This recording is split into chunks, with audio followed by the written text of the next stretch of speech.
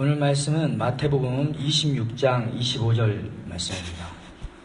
마태복음 26장 25절 말씀입니다.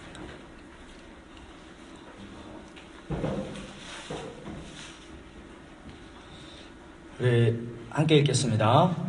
예수를 파는 유다가 대답하여 이르되 라삐여 나는 아니지요. 대답하시되 내가 말하였도다 하시니라. 다시 한번 읽겠습니다. 마태복음 26장 25절. 예수를 파는 유다가 대답하여 이르되 라삐여 나는 아니지요. 대답하시되 내가 말하였도다 하시니라. 아멘. 오늘 제목은 나는 아니지요 라는 말씀으로 나누려고 합니다. 지금 푸림 명절이 지금 보내고 있어요. 오늘 수산 푸림. 수산은 어디죠? 노량진 있잖아요. 수산시장. 수산은 저 페르시아 지역에 있는 페르시아의 수도가 수산이었죠. 여기 보면은 성전의 동쪽에 있는 문, 닫혀 있는 문, 그 문이 수산문이에요. 수산문이라고도 불러요.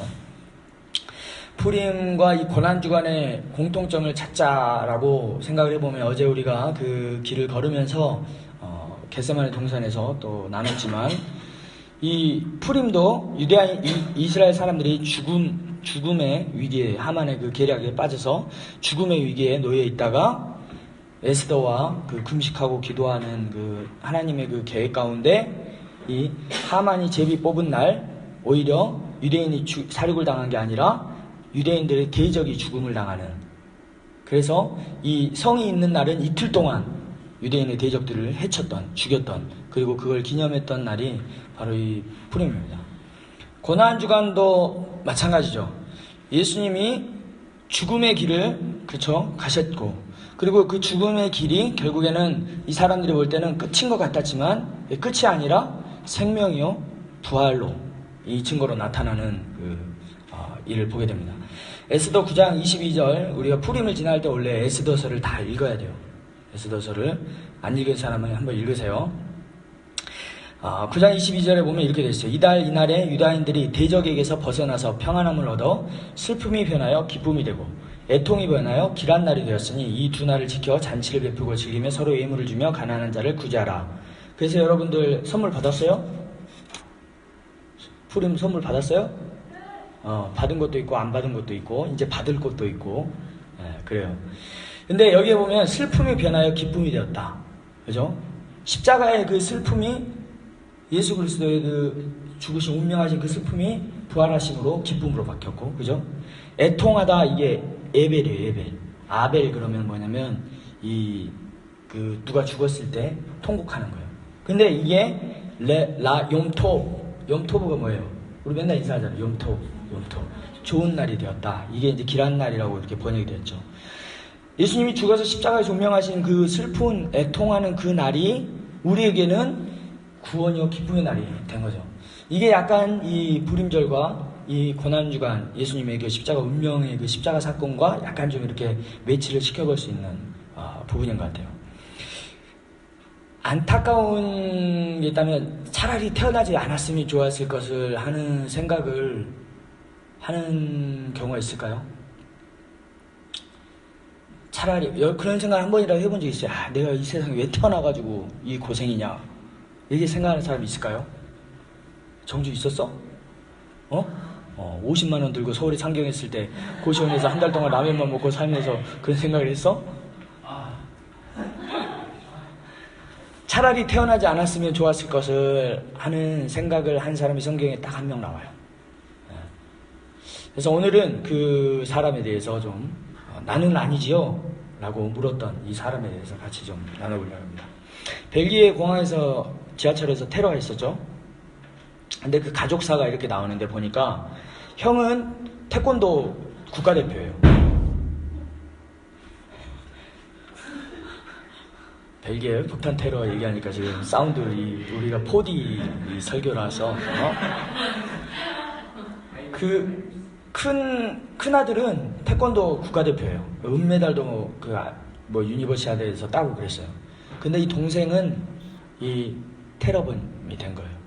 그래서 이 동생이 아마 파리 테러 그 폭탄도 이 동생이 이 폭탄을 만들었을 거다라고 이렇게 이제 추정을 하는데, 한 가정에서 태어나는데 어떤 사람은 부모님의 어떤 기쁨이 되고 뭐 이런데, 뭐 이제 심리학자가 분석하기로는 이 상대적인 박탈감, 그래서 이제 더 오히려 극단적으로 이렇게 빠지지 않았는가 이렇게 이제 얘기하기도 하는데, 어쨌든 둘은 형제였어요.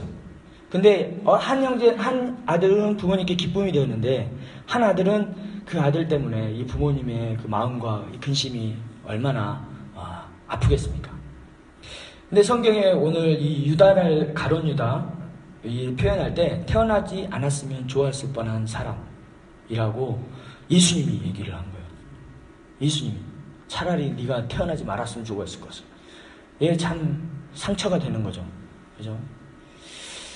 여러분, 이 장애인들을 잘 접해보지 않은 사람들은 그거에 대해서 항상 질문할 수 있어요.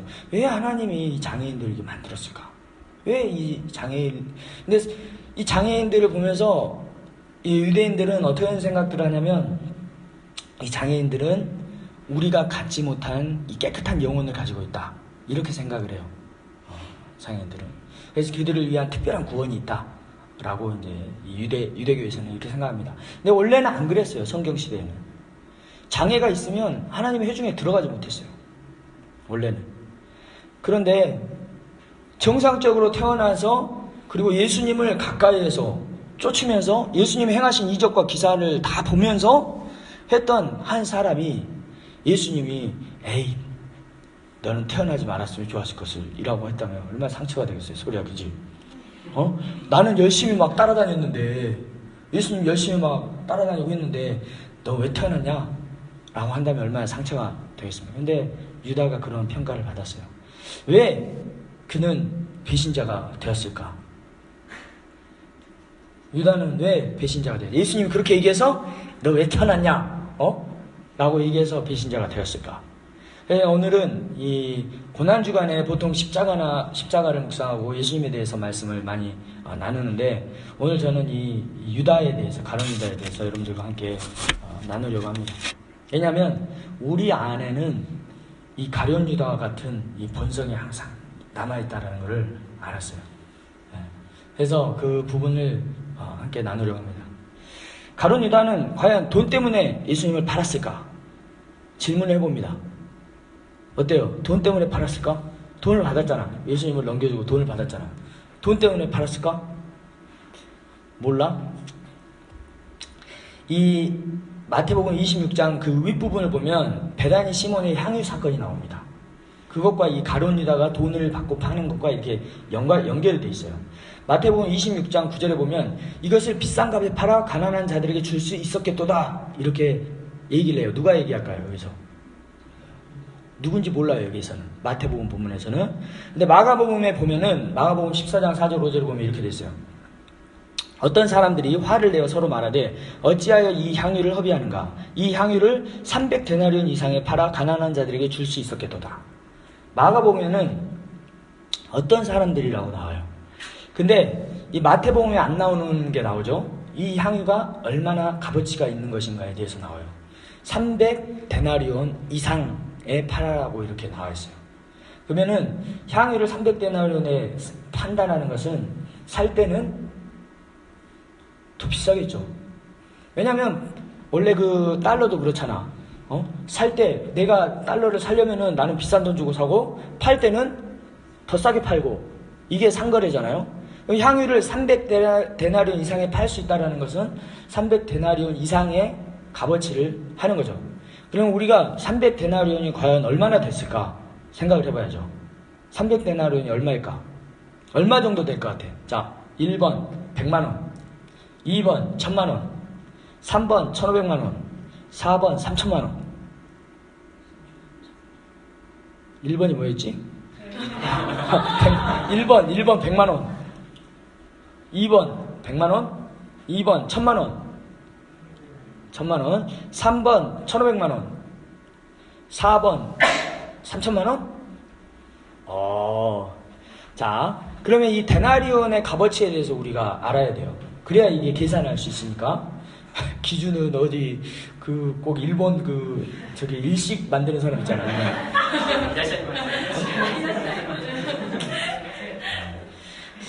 이 300데나리온이라는 걸 계산하기 위해서는 이 마태복음 20장 2절에 보면 그 우리가 잘 아는 품꾼 비유가 나와요.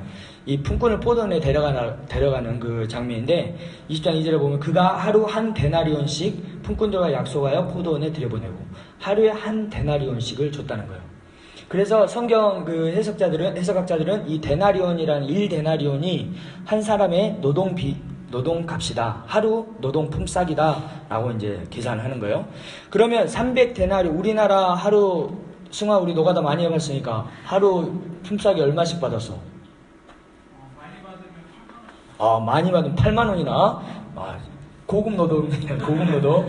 옛날에 우리 때는 뭐 4만원, 5만원 이렇게 정도 받았는데, 뭐 아무튼 8만원이다. 그러면은 300데나리온을 8만원이다. 1데나리온이 8만원이다. 그러면 300데나리온이면 곱하면 얼마가 돼요?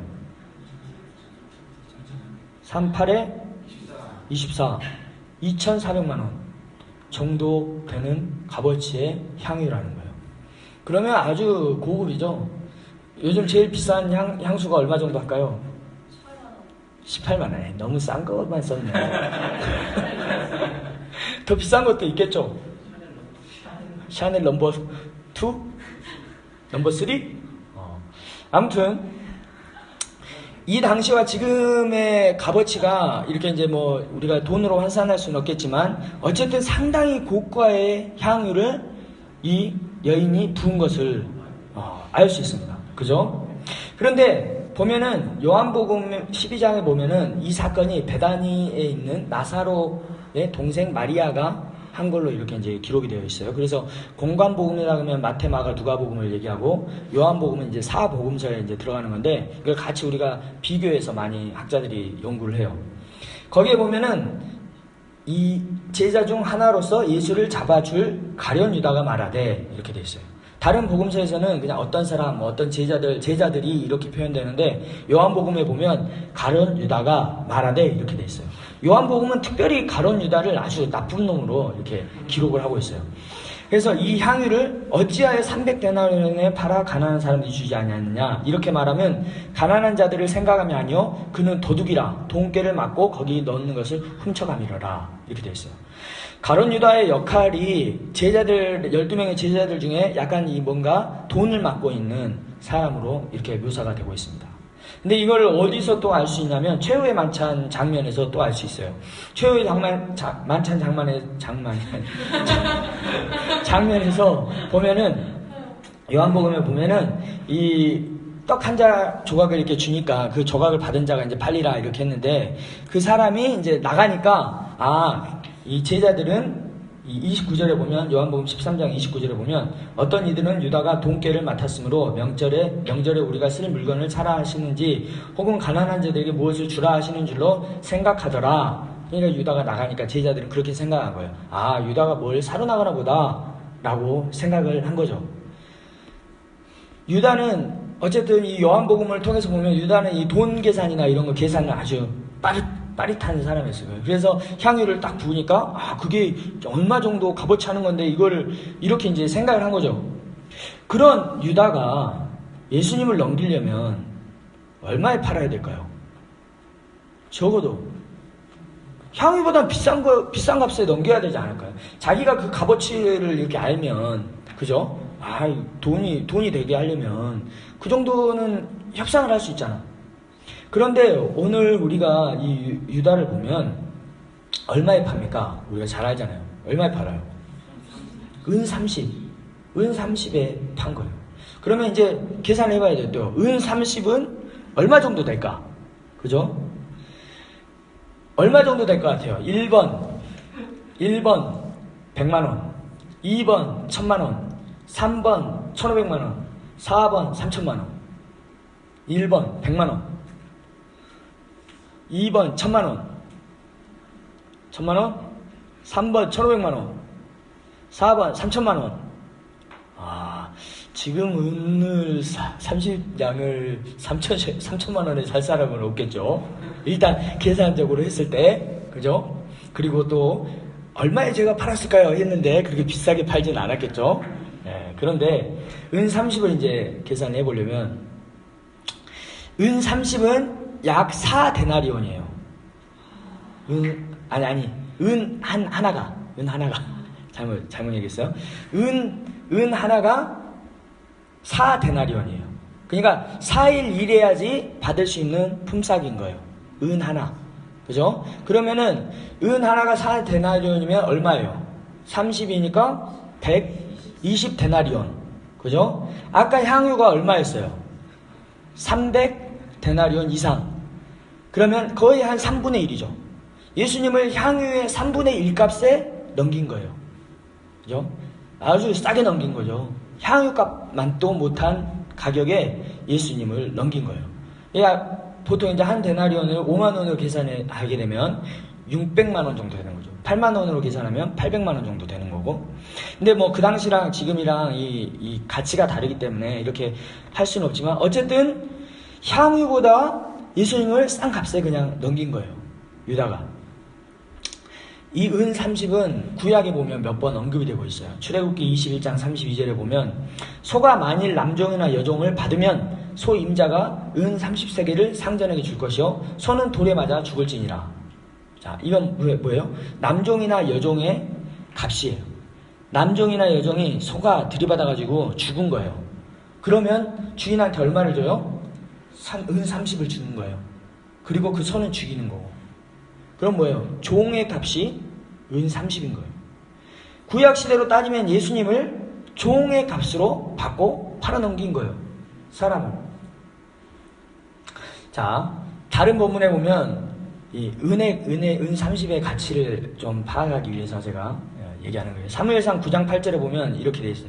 사환이 사울에게 다시 대답하여 이르되 보소서 내 손에 은 한 세겔의 4분의 1이 있으니 하나님이 사람에게 드려 우리 길을 가르쳐달라 하겠나이다. 사울이 찾던 중에 당나귀 찾던 중에 이제 선지자한테 길을 물어보자고 종이 제안하는 거예요. 물어보는데 그 값으로 얼마를 주냐면 은 4분의 1을 주는 거예요.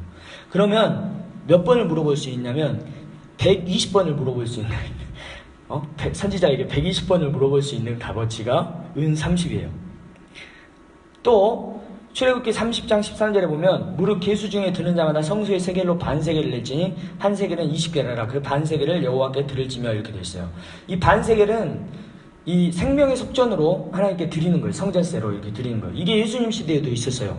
그래서 마태복음 17장 27절에 보면 우리가 그들이 실족하지 않게 하기 위하여 내가 바다에 가서 낚시를 던져 먼저 오르는 고기를 가져 입을 열면 한 세겔을 얻을 것이니 가져다가 나와 너를 줘라. 위에서 줘라. 베드로에게 얘기하거든요. 은 하나가 성전세 남자 20세 이상의 2명의 값인 거예요. 이해가 좀 되죠?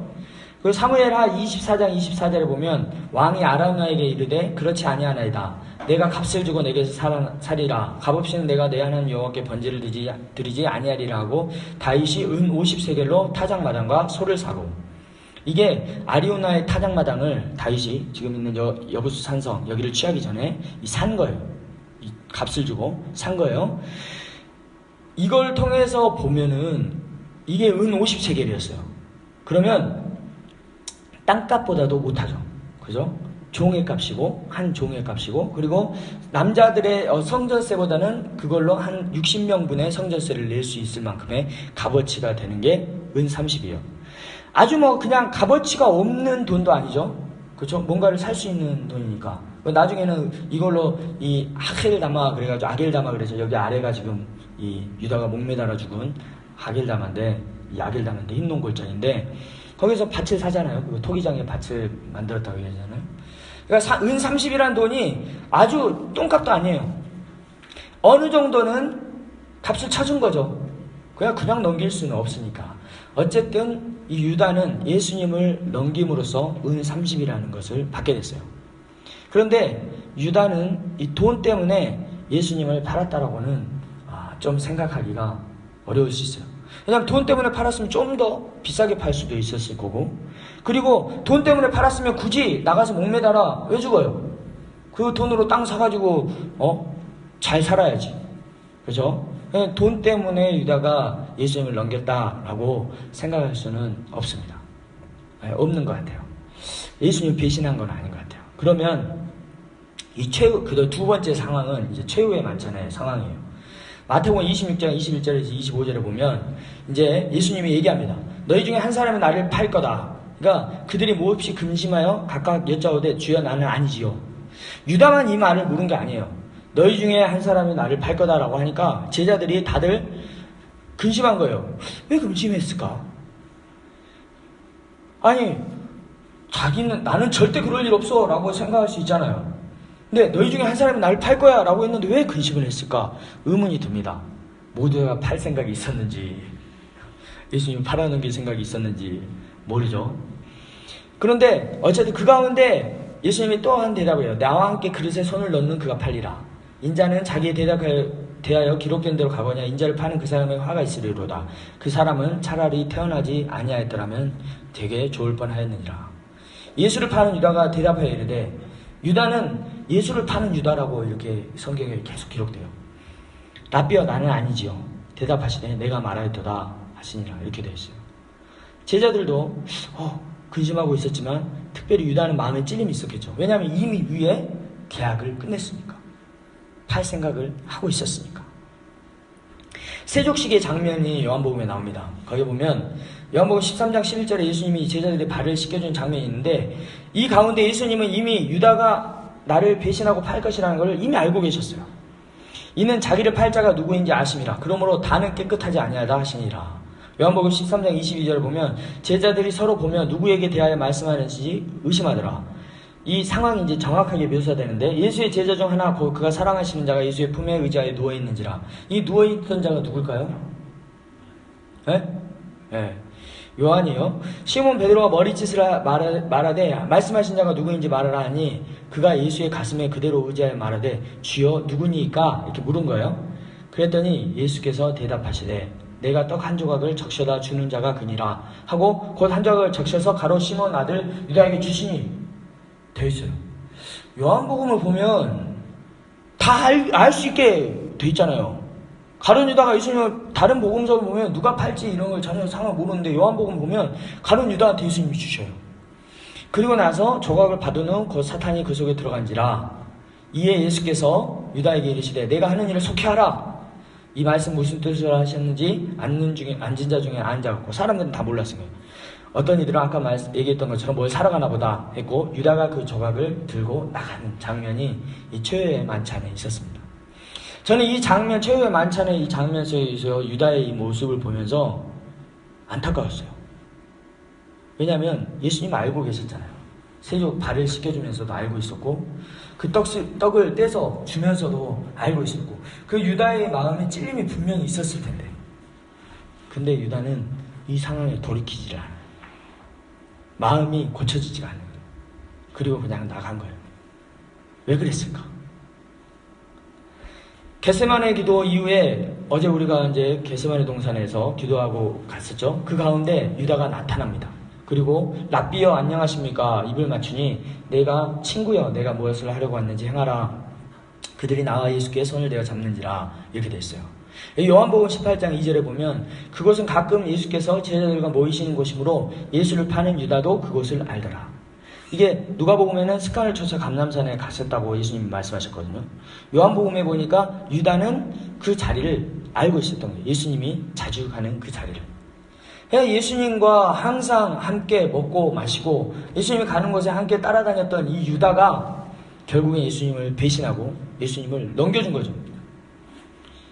예수님은 다 알고 계셨고 예수님은 그 떡을 주면서 유다의 마음에 내가 나를 팔리라 말씀하셨는데 그 순간에도 유다는 그 마음을 고치지 못하고 결국엔 계획한 대로 생각했던 대로 협의한 대로 팔아넘겨요. 기회를 찾았어. 유다의 최후의 모습을 한번 보면은 마태복음 27장 3절 10절에 보면 예수를 판 유다가 그의 정죄됨을 보고 스스로 뉘우쳐 은 30을 대제사장과 장로들에게 도로 갖다 주며 이렇게 돼 있어요. 정죄됨, 예수님을 정죄하는 것을 보고 스스로 뉘우쳤다라고 되어 있어요. 이거는 회개했다라는 단어와 똑같은 단어가 쓰였어요. 유다도 회개를 했어요. 베드로도 예수님 부인했잖아요. 저주까지 하잖아요. 나는 모른다. 그 회개도 하고 베드로도 회개했잖아요. 근데 베드로는 용서함을 받고 그죠? 막 그 성령도 받고 그랬잖아요. 근데 유다는 그렇지 못했어요. 회개했지만 그 돈을 던지고 이게 무죄한 피를 팔고 죄를 범하였도다 라고 고백한 거예요. 유다가 내가 무죄한 피를 팔았다. 내가 죄를 범했다. 회개잖아요. 그들이 이르되 그것이 우리에게 무슨 상관이냐. 내가 당해라 라고 하니까 유다가 성소에다 돈을 던져놓고 여기 아래 아클다마에서 목을 매달아 죽은 거예요.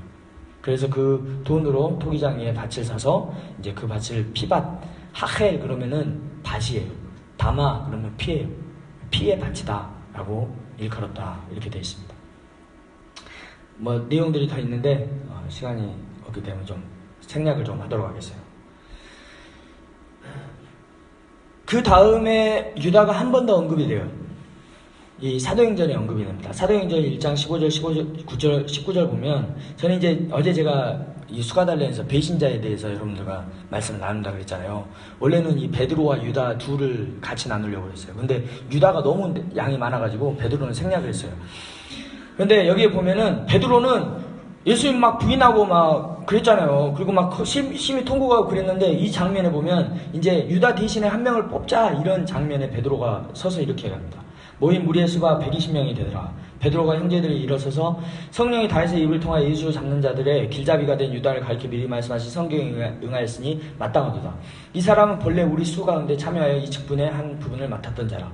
이 사람은 불의 삭스로 밭을 사고 후에 몸이 곤두박질하여 배가 터져 창자가 다 흘러나온지라. 이 일이 예루살렘에 사는 모든 사람에게 알려져 그들의 말로는 그 밭을 아겔다마라고 하니 이는 피밭이라는 뜻이라. 그리고 나서 유다 대신에 마띠아를 제비뽑아서 얻습니다.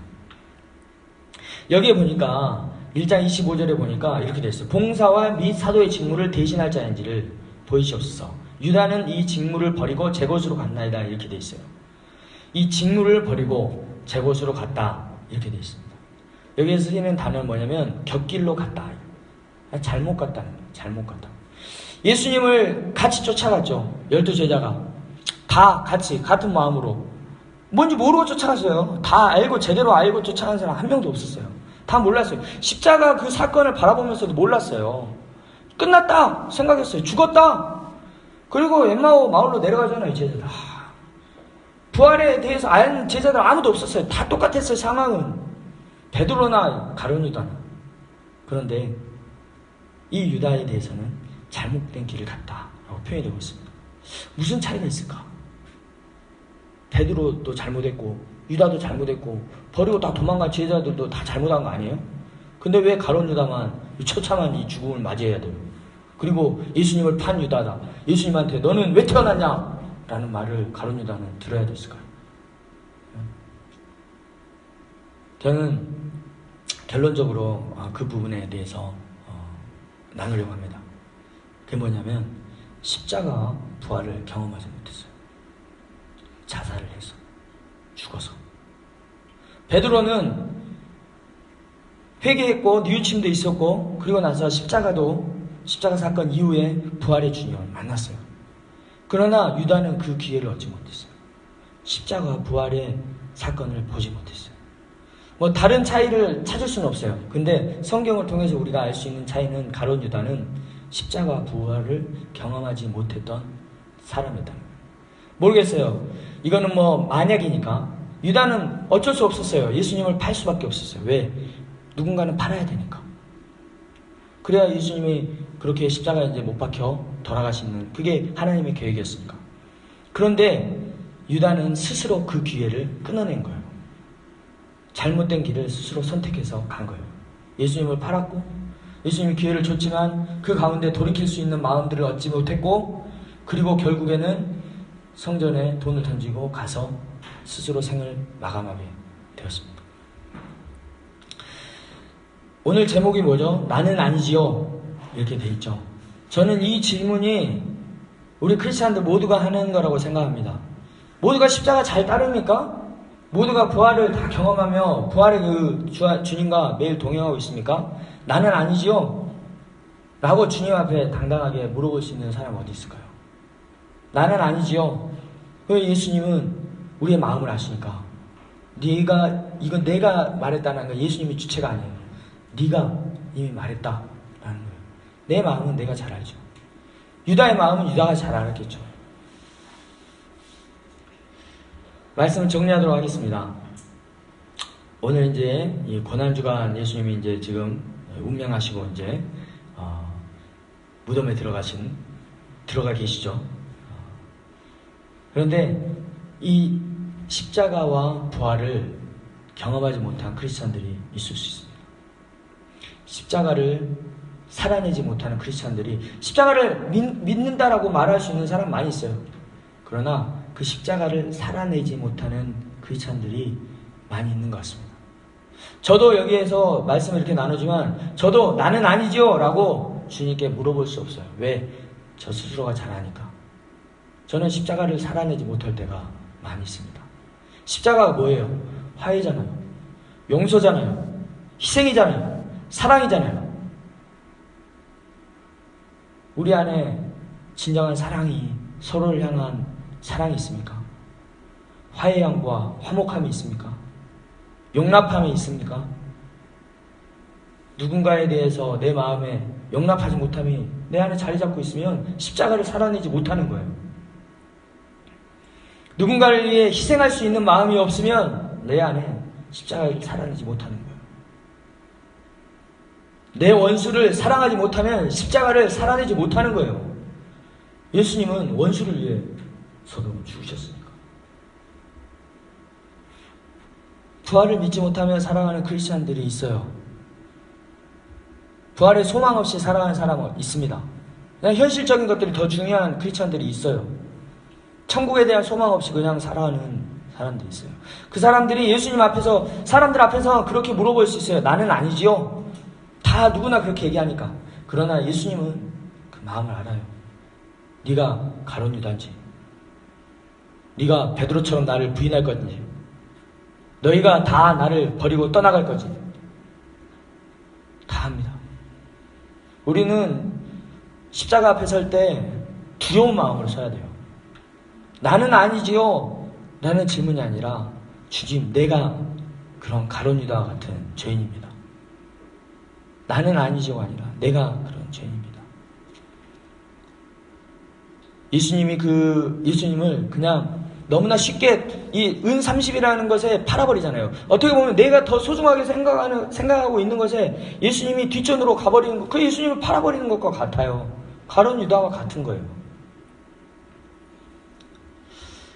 우리가 이 땅에서 이 십자가를 경험하고 십자가를 살아내는 사람들이 되었으면 좋겠습니다. 어려워요. 십자가 여러분 쉽겠어요? 못 박히는 게 쉽겠어요? 나뭇가시에만 찔려도 아픈데 못 박히고 온 피를 다 쏟아내는 게, 진액을 쏟아내는 게 쉽겠어요? 어렵죠. 근데 그게 십자가의 삶이에요. 어려운 삶이에요. 근데 우리는 쉽게 말로 얘기하죠. 십자가를 찬양하고 십자가를 따르게 한다. 그러나 우리 스스로를 잘 돌아봅시다. 혹시 내가 가룟 유다는 아닐까? 현대판 가룟 유다는 아닐까? 나는 정말 십자가를 살아내고 있는가? 이 고민이, 질문이 던져져야 돼요. 그리고 매일 하나님, 나는 혹시 가룟 유다와 같은 사람은 아닌지요? 나는 혹시 그런 사람은 아닌지요? 라고 질문해 볼 수 있는 우리가 되었으면 좋겠습니다. 잠깐 기도합시다. 저는 여러분을 가룟 유다로 만들고 싶지 않습니다. 우리는 이 땅에서 가룟 유다는 기회를 얻지 못했어요. 십자가를 보지 못했으니까 저는 안타까웠어요. 그 모습이. 참아보지. 죽지 말지.